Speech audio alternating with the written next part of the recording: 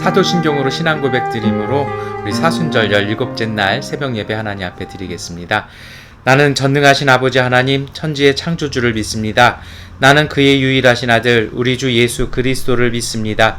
그는 성령으로 잉태되어 동정녀 마리에게서 나시고 본디오 빌라도에게 고난을 받아 십자가에 못 박혀 죽으시고 장사된 지 사흘 만에 죽은 자 가운데서 다시 살아나셨으며 하늘에 오르시어 전능하신 아버지 하나님 우편에 앉아 계시다가 거기로부터 살아있는 자와 죽은 자를 심판하러 오십니다. 나는 성령을 믿으며 거룩한 공교회와 성도의 교제와 죄를 용서받는 것과 몸의 부활과 영생을 믿습니다. 아멘. 찬송가 433장 찬송하시겠습니다. 귀하신 주여 날 붙드사 주께로 날마다 더 가까이 저 하늘나라 나 올라가 주의 품 안에 노란 기여 영생의 복 받기 원합니다. 봉헌할 물건 나 없어도 날마다 주께로 더 가까이 내 죄를 주께 사고하니 주님의 보혈로 날 씻으사 눈보다 더 희게 하옵소서. 간악한 마귀 날 꾀어도 주 예수 앞으로 더 가까이 이 세상 속한 허영심 또 초한 생각을 다 버리니 정결한 맘 내게 늘 주소서. 이 세상 내가 살 동안에 주께로 날마다 더 가까이 저 배는 천국 나 들어가 한 없는 복락을 다 얻도록 풍성한 은혜를 주옵소서. 아멘. 이사야서 55장 2절과 미가서 7장 14절부터 20절까지의 말씀을 세 번역번으로 함께 읽겠습니다. 어찌하여 너희는 양식을 얻지도 못하면서 돈을 지불하며 배부르게 하여 주지도 못하는데 그것 때문에 수고하느냐? 들어라, 내가 하는 말을 들어라. 그리하면 너희가 좋은 것을 먹으며 기름진 것으로 너희 마음이 즐거울 것이다. 주님의 지팡이로 주님의 백성을 인도하시는 목자가 되어 주십시오. 이 백성은 주님께서 선택하신 주님의 소유입니다. 이 백성은 멀리 떨어진 황무지에 살아도 그 주변에는 기름진 초장이 있습니다. 옛날처럼 주님의 백성을 바산과 길르앗에서 먹여 주십시오. 내가 이집트에서 나올 때처럼 내가 그들에게 기적을 보이겠다. 민족들이 그 기적을 보면 제 아무리 힘센 민족이라도 귀가 꺾이고 말 것입니다. 간담이 서늘해서 입을 막을 것이며 귀는 막힐 것이며 그들이 뱀처럼 티끌을 핥으며 땅에 기는 벌레처럼 무서워 떨면서 그 좁은 구덩이에서 나와서 두려워하며 주 우리의 하나님께로 돌아와서 주님 때문에 두려워할 것입니다. 주님 같으신 하나님이 또 어디에 있겠습니까? 주님께서는 죄악을 사유하시며 살아남은 주님의 백성의 죄를 용서하십니다. 진노하시되 그 노여움을 언제까지나 품고 계시지는 않고 기꺼이 한결같은 사랑을 베푸십니다. 주님께서 다시 우리에게 자비를 베푸시고 우리의 모든 죄를 주님의 발로 밟아서 저 바다 밑 깊은 곳으로 던지십니다. 주님께서는 옛적에 우리 조상에 맹세하신 대로 야곱에게 성실을 베푸시며 아브라함에게 인애를 더하여 주십니다. 아멘. 네, 우리 새로운 그 한 주간이 이렇게 시작되었습니다. 우리 시간이 지나가면서 여러분 우리가 좀 기도를 더 이렇게 깊이 해야 할 것 같습니다. 우리 주변에 있는 것들이 이렇게 붕 떠오르는 것이 아니라 차분히 가라앉을 수 있도록 상황이 우리의 삶에 대한 주도권을 주는 것이 아니라 오늘 우리가 주도권을 쥐고 그 상황들을 통해서 삶을 살아갈 수 있도록 기도하는 한 주간 되셨으면 좋겠습니다. 오늘 이사야 55장 2절의 말씀 읽으셨는데요. 이사야 55장 2절의 말씀이 어제 주일 예배 본문이기도 했습니다만 제가 주일에 말씀드리지 않은 부분이 있어요. 여러분 우리가 살면서 지혜라는 것 중에 하나가 뭐냐면요. 어제도 우리가 에베소서 5장의 말씀을 이렇게 보셨잖아요. 거기 어떤 말씀이 있었습니까? 때를 아끼라는 말씀이 있었거든요. 그러니까 때를 잘 분별하고 아껴야 되는 것은요. 뭐냐면 필요한 만큼 필요한 걸음을 가는 것이 중요합니다. 그 등산을 저도 최근에는 못했습니다만 젊었을 때 좀 했었던 것 같아요. 근데 등산을 이렇게 해보면요. 처음 오시는 분들은 이게 좋으니까 막 정신없이 올라가세요. 그러면 이게 좀 경험이 많은 분들은 오히려 더 천천히 가시는거든요. 이게 어떻게 될까요? 한 중간 정도 가보면 처음에 이렇게 막 좀 스팟을 내서 막 이렇게 올라가셨던 분들은 거기까지입니다. 이 에너지를 잘 못 쓴 거죠. 그래서 이 사실은 어떻게 올라가는 것이 맞냐면 그 어떤 자신의 체력과 이런 것들을 안배하잖아요. 어떻게 하냐면 본인이 산을 완전히 내려올 때까지의 에너지를 계산을 해서 거기에 맞춰서 속도를 결정을 하는 겁니다. 저도 이렇게 좀 운동을 요새 이렇게 하는데요. 이렇게 큰 공원을 이렇게 쭉 돕니다. 그러면 마음 같아서는 빨리 돌고 싶어요. 그런데 운동하시는 분들 이야기를 제가 이렇게 들어보니까 그게 아니래요. 그리고 이렇게 봤더니 정말 매일같이 정말 열심히 운동하시는 분들은 손목에 꼭 뭘 차고 계세요. 그래서 뭘 차고 있나 이렇게 봤더니 이제 그 소위 말해서 이렇게 뭐 그런 시계 있잖아요.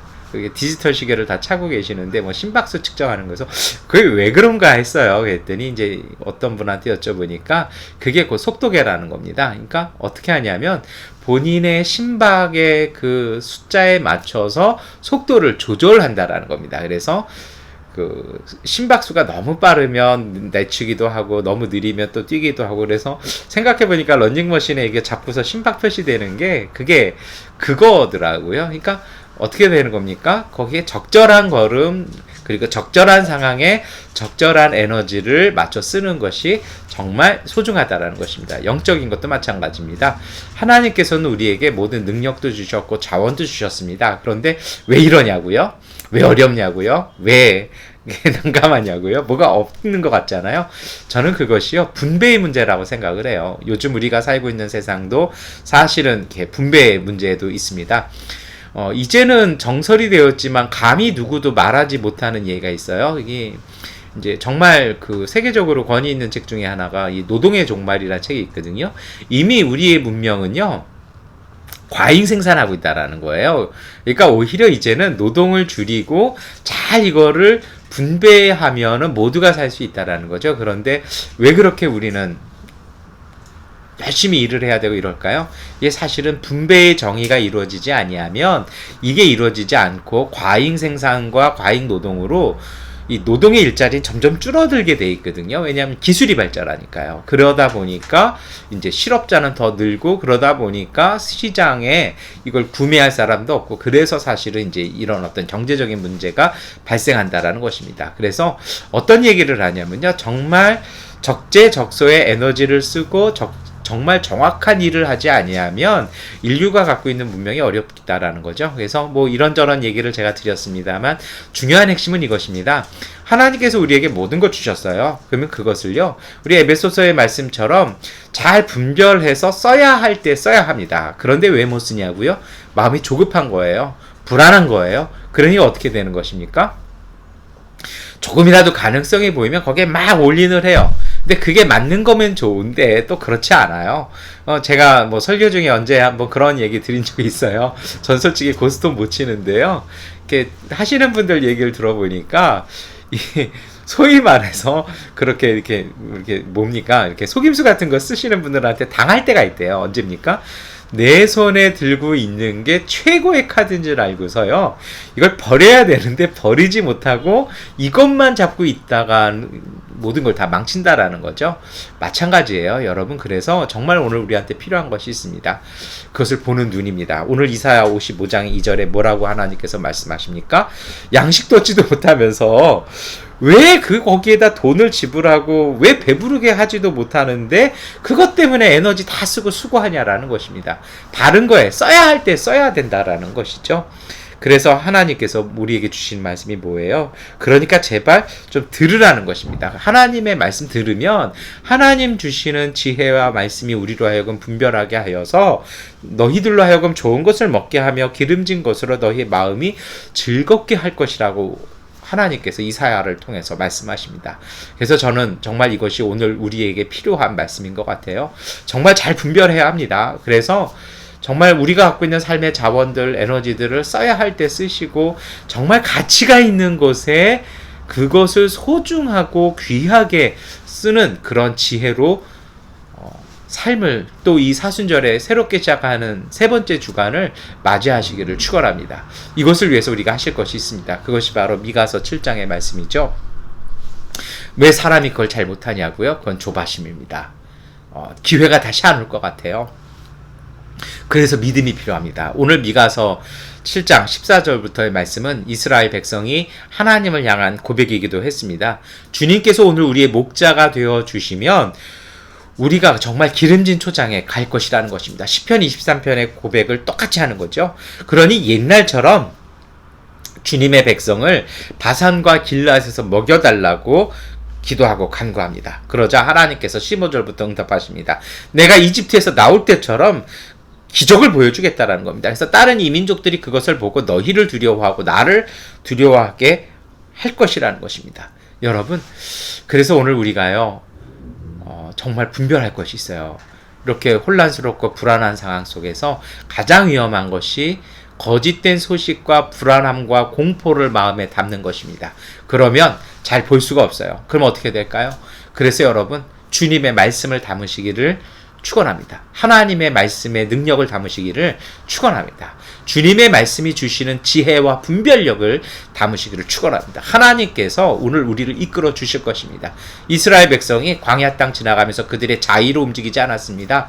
하나님의 인도하시는 구름 기둥이 움직여지는 것을 보고 그 진이 운행했던 것처럼 이 혼란한 시기 속에서요, 오늘 우리가 하나님의 인도하심 속에서 가기 위해서는요, 불안과 공포와 두려움과 어떤 결핍과 부족함에 대한 것을 마음에 품는 것이 아니라 오늘 미가서 7장의 말씀처럼요, 하나님께서 오늘 우리의 목자 되어 주셔서 우리를 인도하시니 우리가 상황이 아니라 우리를 이끄시는 주님의 목자 되심을 보고 그 이끄심에 순종하고 따라가게 해달라고 기도하고 그 믿음을 마음에 담으셔야 할 것입니다. 여러분, 하나님께서는 오늘 우리를 이끌어 주시고 우리를 사랑해 주십니다. 그래서 오늘 우리가 품어야 될 마음이 있습니다. 그것이 바로 하나님의 마음이고 하나님의 사랑입니다.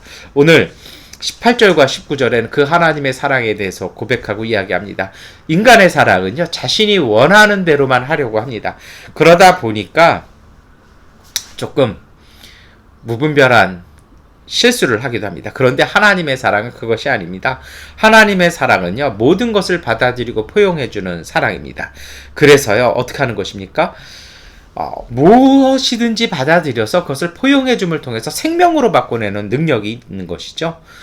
오늘 우리가 이 사랑을 마음에 품는다라면 우리의 삶이 이렇게 돼야 됩니다. 상황과 부딪히는 것이 아니고요.